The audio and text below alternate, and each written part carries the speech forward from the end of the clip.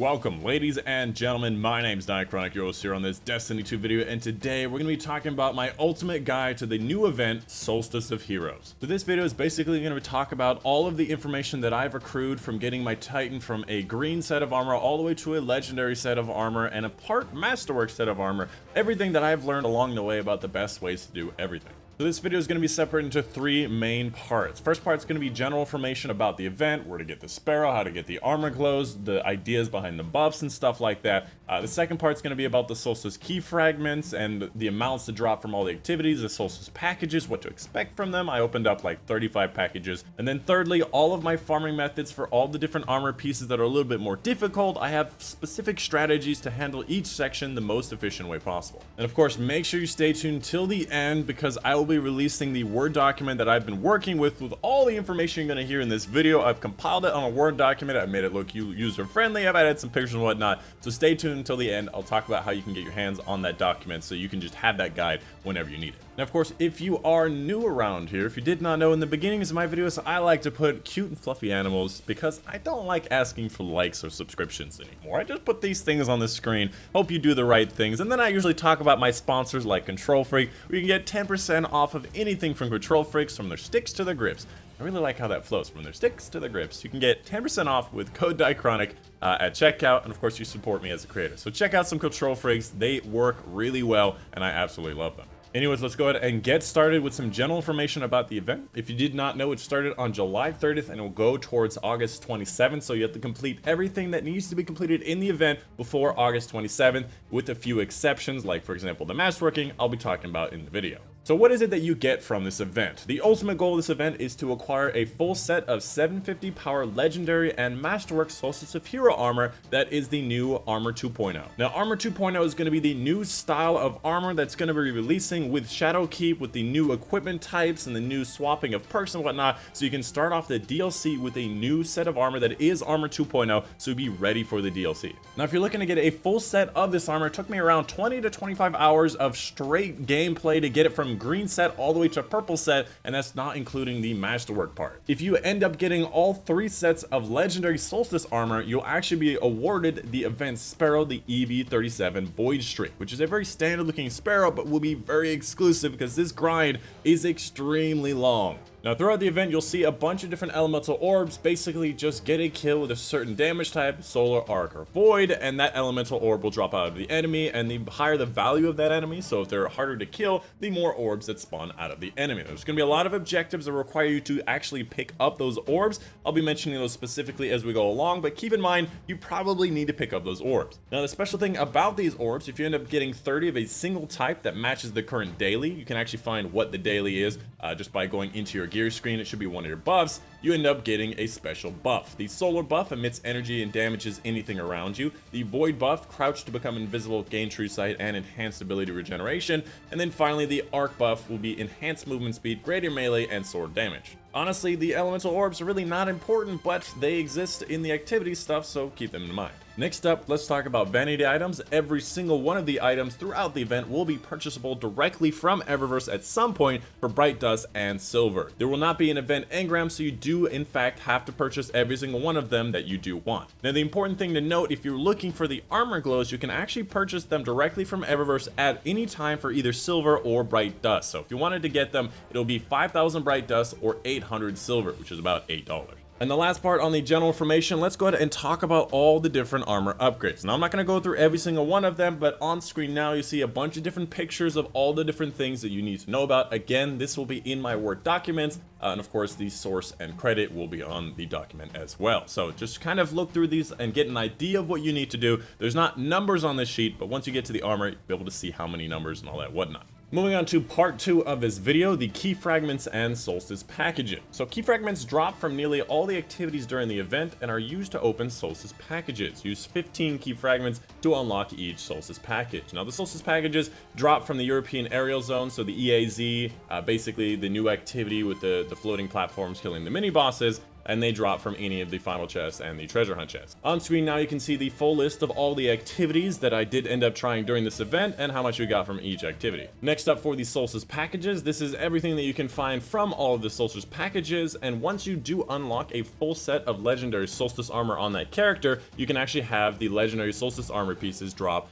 from any of those packages, allowing you to get more random rolls for each one of the items. And to give you an idea of what you can expect from these packages, I opened up 25 of these packages on my Titan, who has a full legendary set of Solstice armor. I received 7 enhancement cores and 3 Solstice armor drops, so the drop rate is actually decently generous. And finally, the third part of the video is going to be about the armor upgrade farming methods. I'm going to be talking about all the different farming methods that I learned throughout the game, throughout all the armor upgrades on my Titan, some of them specific, some of them generalized, to just make the most out of all the stuff that you have to do, the monotonous and crazy ass grind. First off, let's talk about orbs. A lot of the objectives require you to pick up the orbs in order to gain progress. I did 8 strikes in a row trying to get void orbs and strikes, and got 350 of those credit, and then realized I actually have to pick them up, and then got 150 in 1 strike. So make sure you pick up orbs if it says you need to get those orbs. On top of that, event orbs do not spawn in Gambit Prime or competitive Crucible. So if you're going for Gambit Prime to do the faster Gambit, you're not going to get any orbs from it.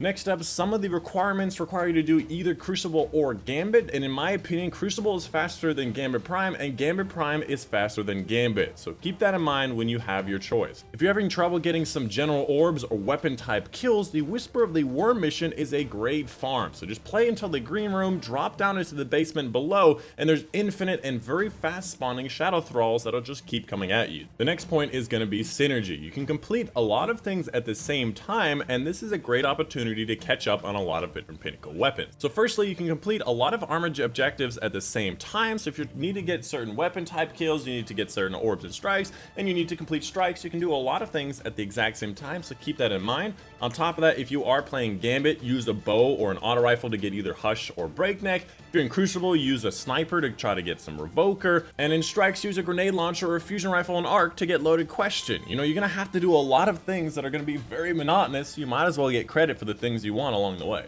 Next up, a trick for public events. Make sure you're using the re-instancing solo trick to get the same public event in progress multiple times in a row. Next up, for the elemental strike orbs, you need to pick up the orbs to make them count. My recommendation would be farming a lost sector in a strike. So spawn in a strike, find a nearby lost sector, and just keep farming that lost sector, keep exiting and re-entering, and you can get a ton of orbs really quickly, and you don't have to fight over them with your teammates. You can also use the blind well trick for the same thing. If you spawn in on the corrupted, just make your way to the blind well and you'll get a lot of enemies that spawn very quickly. And the last little note is that the nightfall actually ends up counting for this. It does say strike orbs, but it does not actually say playlist orbs, so you can actually use the nightfall for this. Next up, let's talk about the EAZ mini bosses. You have to end up killing 100 EAZ mini bosses, and that usually takes around 15 EAZ runs, and you have to load into the EAZ, you have to load out of the EAZ, and you have a lot of loading. You also have to pair up with your teammates so everybody tags the boss before you end up killing the boss, and it is something that takes a bit of time. Alternatively, there is a cheese for this that takes a little bit less time, not a lot less time, but it definitely removes a lot of the loading screen. So what you have to do is get a Cabal version of the EAZ and end up getting a boss with the 3 Cabal bosses with rocket launchers on